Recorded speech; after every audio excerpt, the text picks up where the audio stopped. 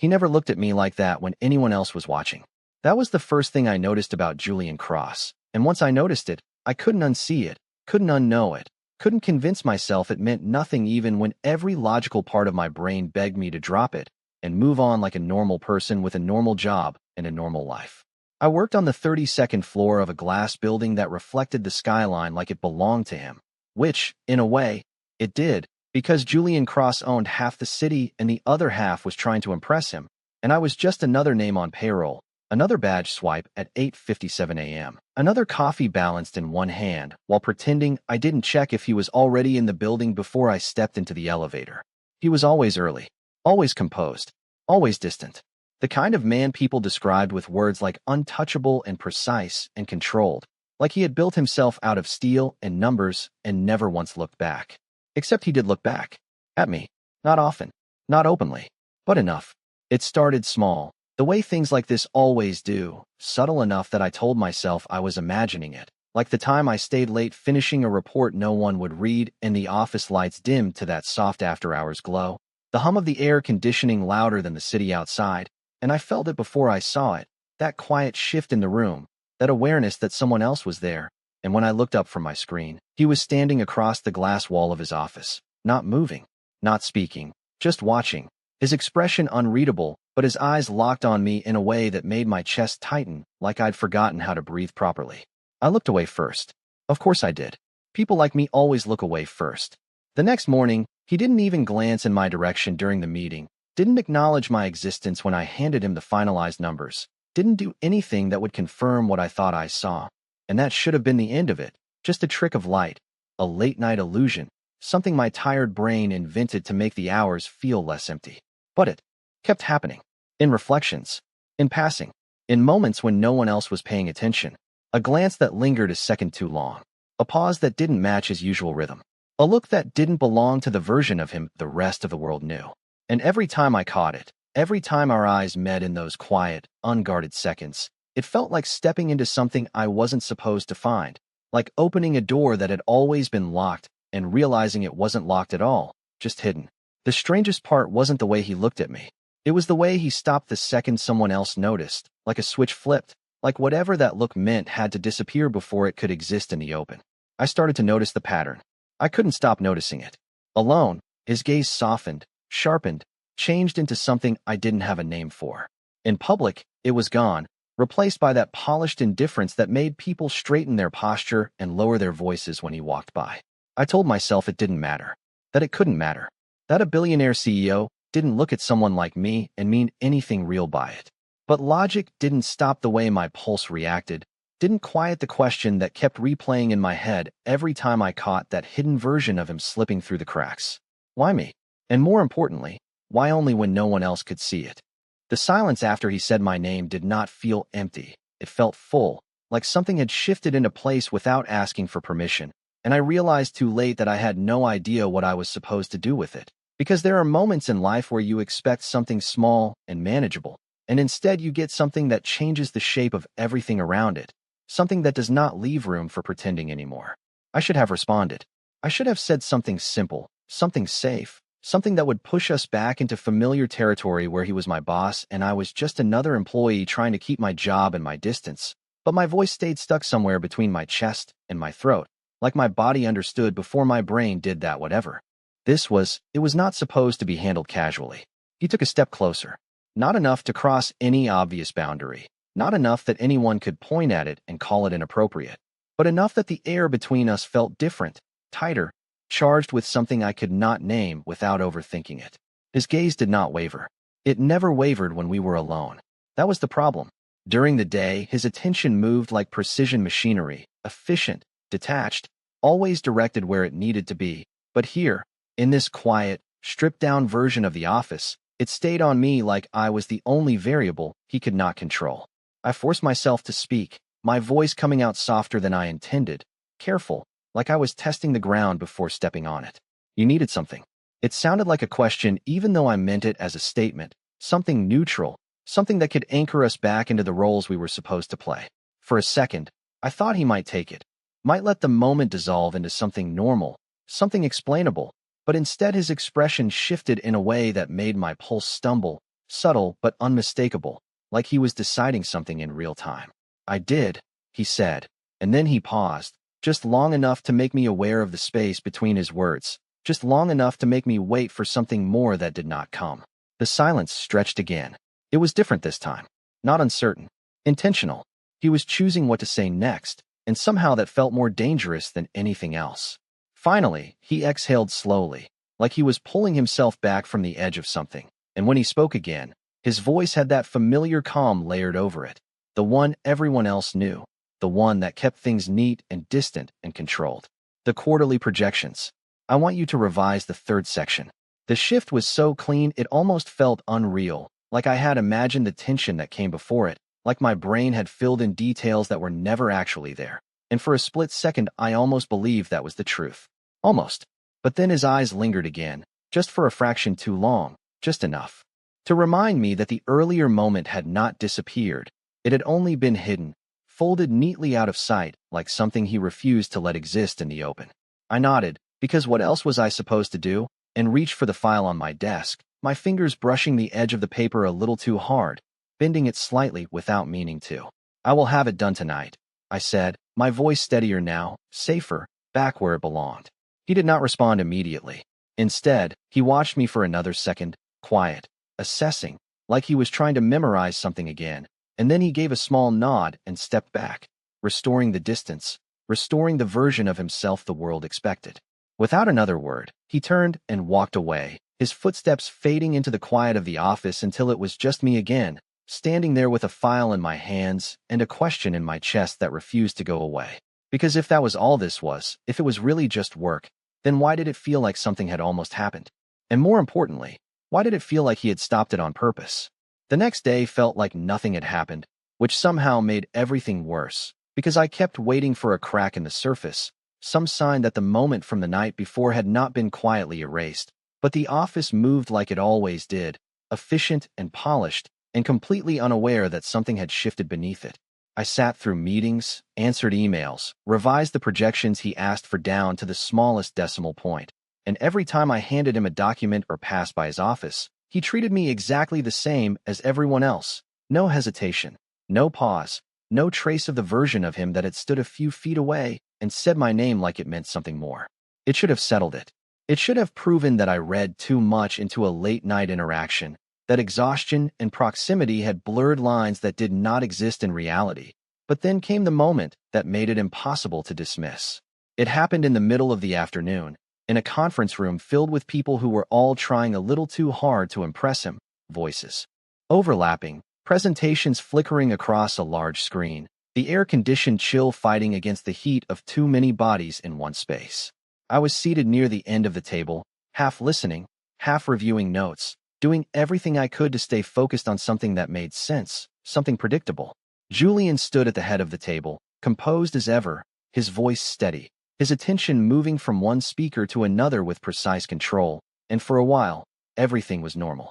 Then someone asked a question about the revised projections, my revisions, and just like that, his attention shifted to me. It should have been routine. It should have been nothing. But the second his eyes met mine, I felt it again. That difference. That quiet, impossible shift. It was subtle, so subtle that no one else reacted, no one else noticed anything out of place, but I did. I always did now. His gaze held mine a fraction longer than necessary, not enough to be called out, not enough to disrupt the flow of the meeting, but enough that my pulse picked it up like a signal.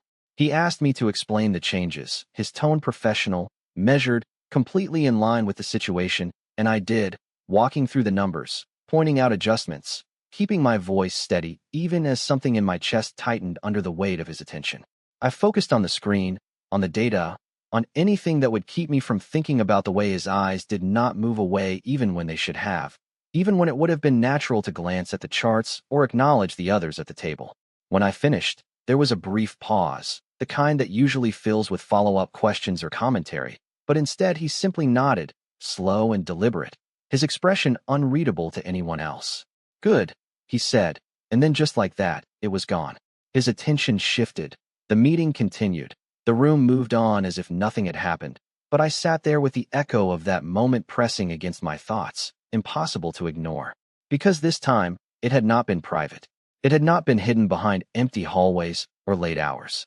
It had slipped through in the middle of everything, small enough to avoid notice, but real enough that I could not pretend it was only happening when no one else was around.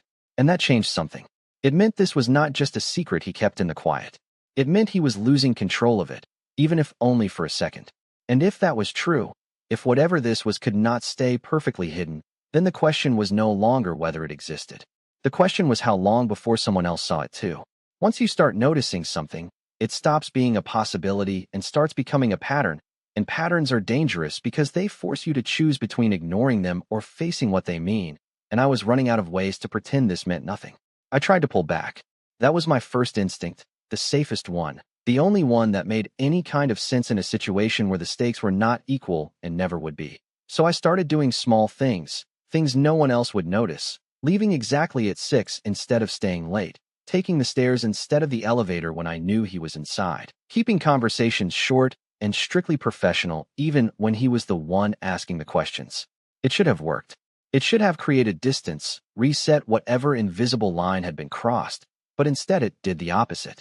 It made him notice, not in a way anyone else could see, not in a way that could be pointed at and questioned, but in the subtle shifts I had learned to recognize, the way his gaze would search the room a fraction longer before settling somewhere else, the way his tone would sharpen slightly when someone else answered a question I should have handled, the way he started calling on me more often during meetings as if testing whether I would still respond the same way.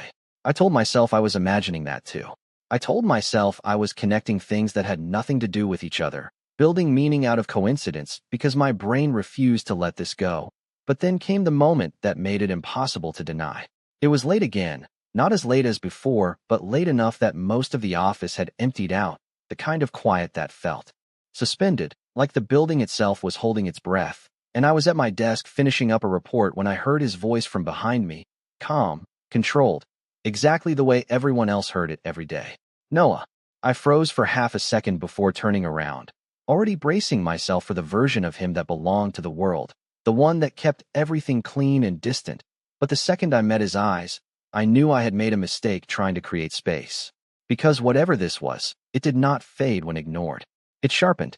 He stepped closer. Not too close, never too close, but close enough that I could see the faint tension in his expression again, that same controlled restraint like he was holding something back with deliberate effort. You left early yesterday, he said, and it should have sounded like a simple observation, a neutral comment, but it did not. It sounded like a question disguised as something else. I blinked, caught off guard by the direction, by the fact that he had noticed at all. I had something to finish at home, I said carefully, keeping my tone even, giving him nothing more than what was necessary. He studied me for a second, quiet, assessing, and that look again, that look that did not belong in the space between a boss and an employee, slipped through before he could hide it.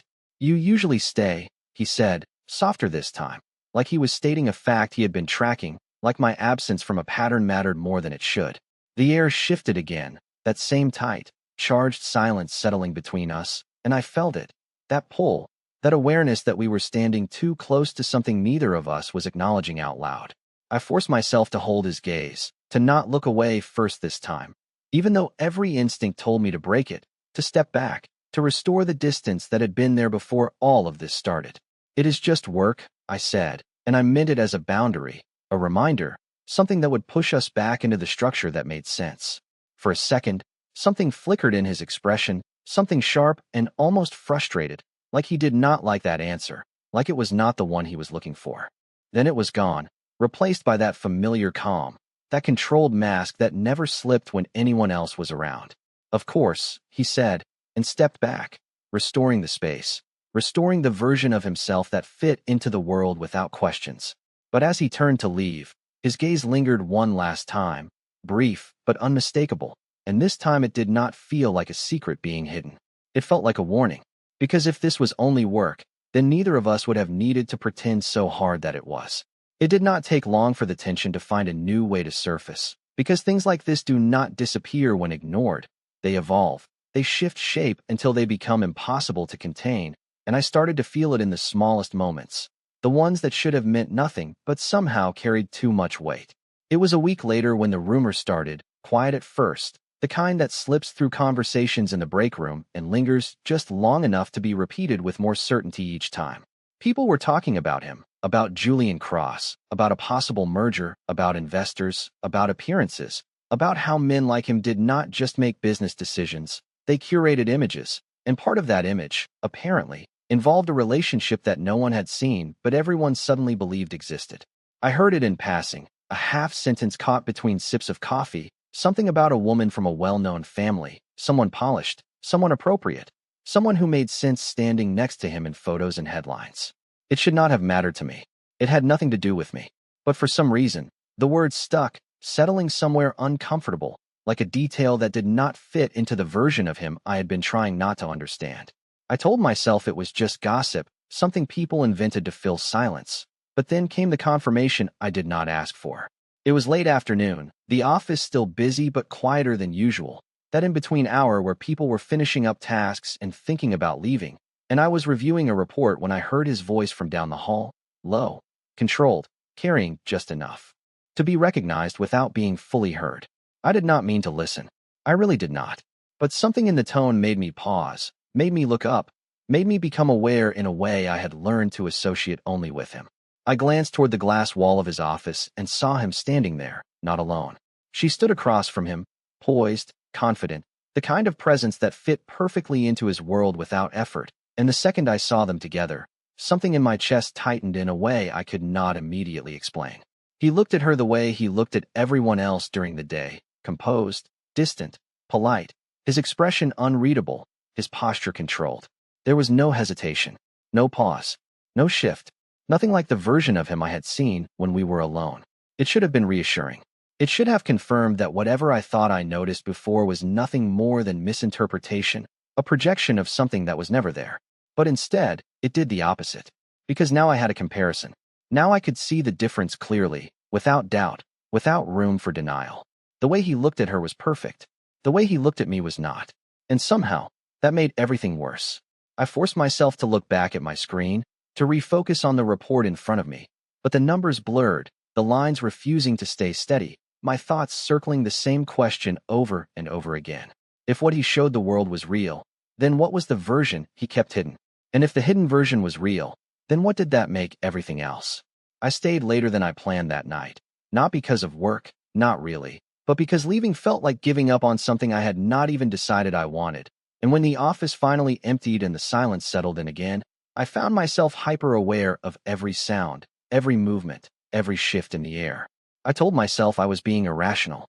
I told myself I needed to let this go. But then I heard footsteps again, steady, familiar, approaching from behind, and before I could stop myself, I already knew. I turned around slowly, bracing for the version of him I had seen through the glass just hours earlier, the one that belonged to the world, the one that made sense. But the second our eyes met, that version disappeared, completely, replaced instantly by something else, something quieter, something sharper, something that felt like it was meant to be hidden. And this time, it did not feel like a secret anymore. It felt like a contradiction I could not ignore. The moment our eyes met, I knew I could not keep pretending anymore, because denial only works when there is uncertainty, and there was none left, not after seeing him with her, not after seeing the difference, so clearly it felt almost deliberate. He stopped a few feet away, just like always, that careful distance he never crossed, like there was an invisible line neither of us acknowledged, but both of us felt. And for a second neither of us spoke, the silence stretching tight between us, heavy with everything that had not been said yet. I should have looked away. I should have ended it there. Let him step back into the version of himself that fit into the world without question. But something in me had shifted, something that refused to let this stay undefined any longer. You were busy earlier, I said, and my voice came out steadier than I expected, controlled, almost neutral, but the words were not. They carried weight, more than they should have, more than they were supposed to. His expression did not change immediately, but I saw it, that flicker beneath the surface, that moment of recognition where he understood exactly what I was referring to without needing clarification. Yes, he said simply, his tone measured, but his eyes did not leave mine, not even for a second. The air felt different again, tighter, like something was pressing against it from both sides, waiting to break through. I swallowed, forcing myself to continue, because stopping now would mean going back, and I could not go back to not knowing. She seems appropriate, I added, and the word felt wrong the second it left my mouth, too polished, too detached, like I was trying to describe something that did not belong in this conversation at all. For the first time since this started, his reaction was immediate. Subtle, but immediate. His jaw tightened slightly, his gaze sharpening in a way that made my pulse spike, not with fear, but with something more complicated, something that felt dangerously close to understanding. "Is that what you think this is?" he asked, and his voice dropped just enough to make the question feel personal, like it was directed at something deeper than the surface of my words. I hesitated, because I did not actually know what I thought anymore, only what I had seen, what I had felt, what I could not ignore. "I think," I started, then stopped, because there was no version of this that sounded safe, no way to phrase it that would keep everything intact the way it had been before. "I think that is what everyone else sees," I finished instead, and the second I said it, the silence shifted again, heavier now, more fragile, like it could fracture if either of us pushed too hard. He took a step closer. Not enough to cross the line, never that, but enough that I could feel the change in proximity, the way it pulled everything tighter, sharper, more immediate.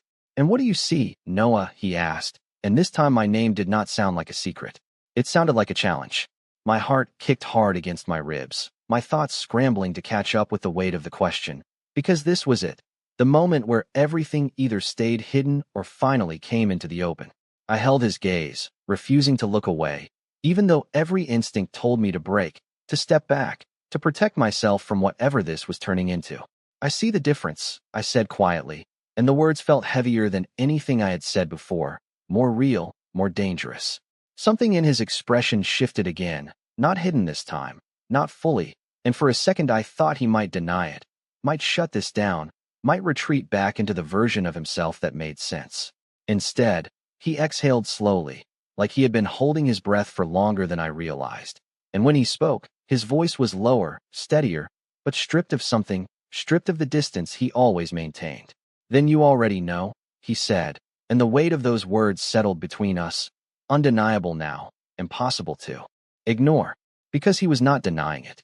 He was confirming it, and that changed everything. The words settled between us like something final, something that could not be taken back once it existed.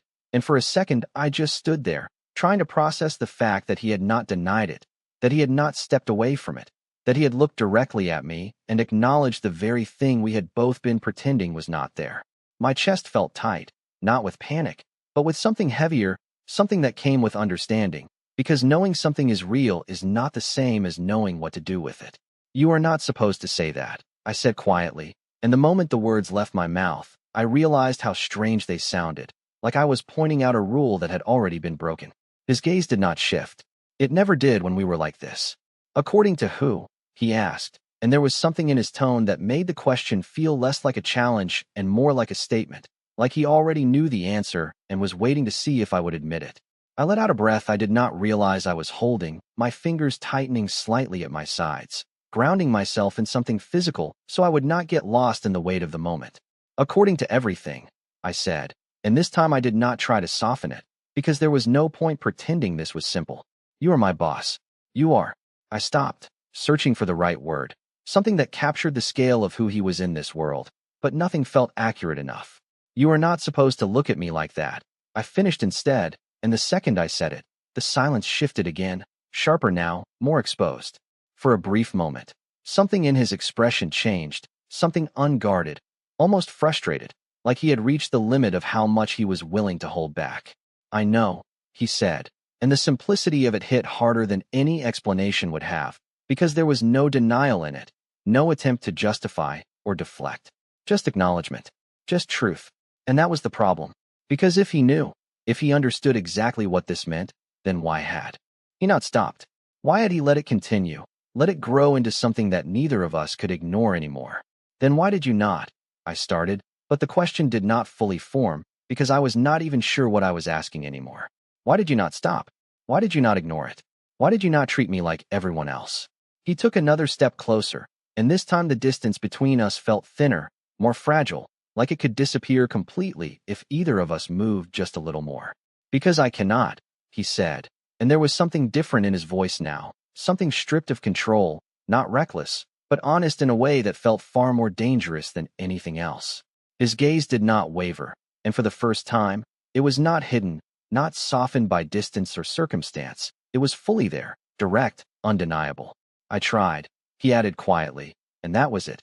That was the shift, the moment where everything stopped feeling like a secret and started feeling like something real, something that existed regardless of whether it was allowed to or not. My heart was beating too fast now, my thoughts scrambling to keep up with the weight of what he was saying. Because this was not just tension anymore. It was not just unspoken understanding. It was something that had crossed into truth. You cannot just. I started, but the words failed again, because there was no simple way to finish that sentence. You cannot just feel that way. You cannot just admit it. You cannot just stand here and act like this does not change everything. But he did not interrupt. He did not step back. He just watched me, steady, waiting, like he was giving me the space to say what I needed to say, even if it broke whatever this was beyond repair. The city lights outside flickered faintly against the glass, the office around us quiet, suspended, like the world had narrowed down to this one moment. This one conversation that neither of us could walk away from unchanged. And the worst part was, I knew he was right. Because I had seen it too many times now, felt it too clearly to deny it. This was not something he could turn off. And that meant I could not pretend it was. Not there either. I stood there with the weight of his words pressing in on me from every direction, and for the first time since this started, it was not the uncertainty that made it difficult to breathe. It was the clarity, because everything was out in the open now, stripped of excuses, stripped of misinterpretation, leaving only the truth that neither of us could ignore anymore.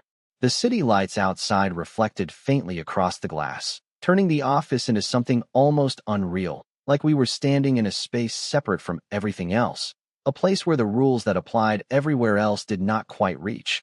And that thought alone should have been enough to make me step back, to restore the distance before this went any further. But I did not move. Neither did he. You cannot just decide that this is okay, I said finally, my voice quieter now, not weaker, just more certain, because I needed to hold on to something that made sense, something that kept this grounded in reality. This is not something you can ignore the consequences of. He watched me as I spoke, his expression steady, not dismissive, not defensive, just attentive in a way that made it impossible to pretend he was not taking every word seriously. I am not ignoring them, he said, and there was something in the way he said it that made me realize he had already thought this through more than I had, that he had been standing in this space longer than I realized. I am choosing to face them. The simplicity of that statement hit harder than anything else, because it removed the last excuse I had been holding on to, the idea that this was accidental, that it was something that could fade if left alone. It was not. It was deliberate. That does not make it easier, I said, and I could hear the conflict in my own voice now, the way it pulled in two directions at once, logic against something I had not wanted to name before. It makes it harder. I finally took a step back, just enough to put space between us again, because I needed it, needed something to remind me that there were lines here that had not completely disappeared. You have a life that everyone sees, I continued, the words coming more easily now that I had started, because once you begin to say the truth, it tends to keep going whether you want it to or not. A reputation, expectations, and I am. I hesitated again, not because I did not know what I was, but because saying it out loud made it feel smaller than it actually was. I am not part of that world. For a moment, he did not respond, and I wondered if that was it. If this was where the reality of the situation would finally settle in, where he would step back and let this end before it became something neither of us could control. But then he moved. Not forward this time, not closing the distance, but something subtler, something that shifted the weight of the moment without breaking it. You are the only part of it that feels real, he said, and the words landed with a quiet certainty that made everything else fall away for a second. My breath caught, my thoughts stalling as I tried to process what that meant, what he was actually saying beneath the surface of it. Because this was not just about attraction, not just about something hidden and unspoken. This was about choice. About what he valued, about what he was willing to risk. You are asking for something that changes everything, I said, because I needed him to understand that, needed him to acknowledge that this was not a small shift, not something that could exist without consequences. I know, he replied, and there was no hesitation this time, no pause, no sign of doubt. That is why I am not asking you to pretend it does not.